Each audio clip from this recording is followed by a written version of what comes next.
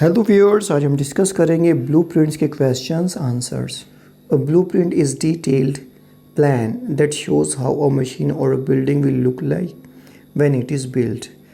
Blueprint एक detail plan होता है जो कि हमें दिखाता है कि एक बिल्डिंग या फिर मशीन पूरी बनने के बाद किस तरह से दिखाई देगी। Why has the poet title the poem blueprints. अच्छा, पोएट ने पोएम का टाइटल ब्लूप्रिंट्स क्यों रखा है? The speaker thinks the older people in the family are our blueprints.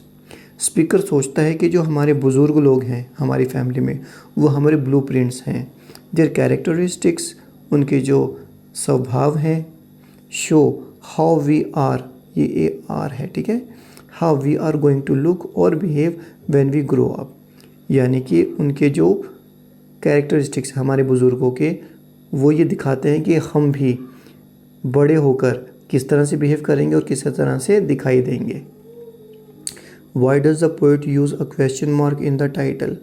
अच्छा, जो पोएट है टाइटल में क्वेश्चन मार्क का यूज़ क्यों करता है? The poet wonders if the elders in the family are our blueprints.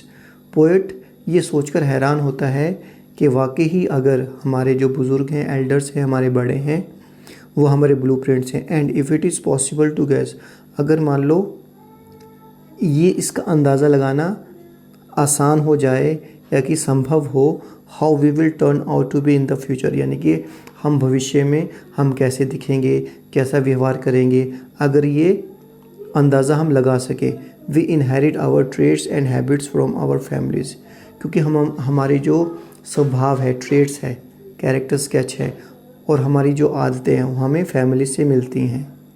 The poet uses question mark to suggest uncertainty, यानी कि पोएट क्वेश्चन मार्क का यूज़ इसलिए करता है ताकि वो अनिश्चितता दिखा सके, uncertainty.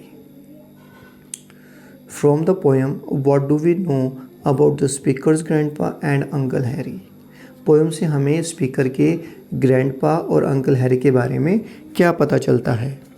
Grandpa has long ears, grandpa के बड़े बड़े कान हैं। And uncle Harry is fat, और अंकल हैरी मोटे हैं। And has a hairy nose, और उनकी नाक पर बहुत सारे बाल हैं। We get information about the speaker through the poem. जब हम पोएम पढ़ते तो हमें स्पीकर के बारे में पता चलता है। Based on the poem tick the statement, है ना, स्टेटमेंट को टिक करना है पोएम के हिसाब से। If it gives to information about the speaker, अगर ये सही इन्फॉर्मेशन हमें स्पीकर के बारे में देती है। The speaker has long eyelashes, yes बिल्कुल, उसकी लंबी आई लैशेज़ हैं।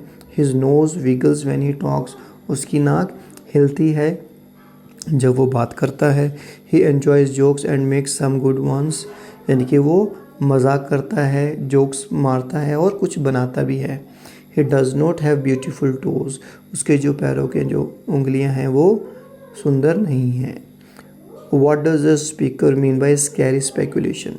स्कैरी मतलब डरावनी, स्पेकुलेशन मतलब अंदाज़ा, यानी कि डरावने अंदाजे से पोएट का क्या मतलब है? वाई इज़ इट स्कैरी, और ये डरावना क्यों है? Scary speculation means if there are features of one's elders that one does not like. Scary speculation का मतलब ये है कि मान लो हमारे बड़े में, जैसे हमारे पिताजी हैं, दादाजी हैं, और या फिर नाना जी हैं, नानी जी हैं, उनके कुछ फीचर्स हैं। मान लो किसी का लंबी नाक है, बड़े बड़े कान हैं, कोई गंजा है ना।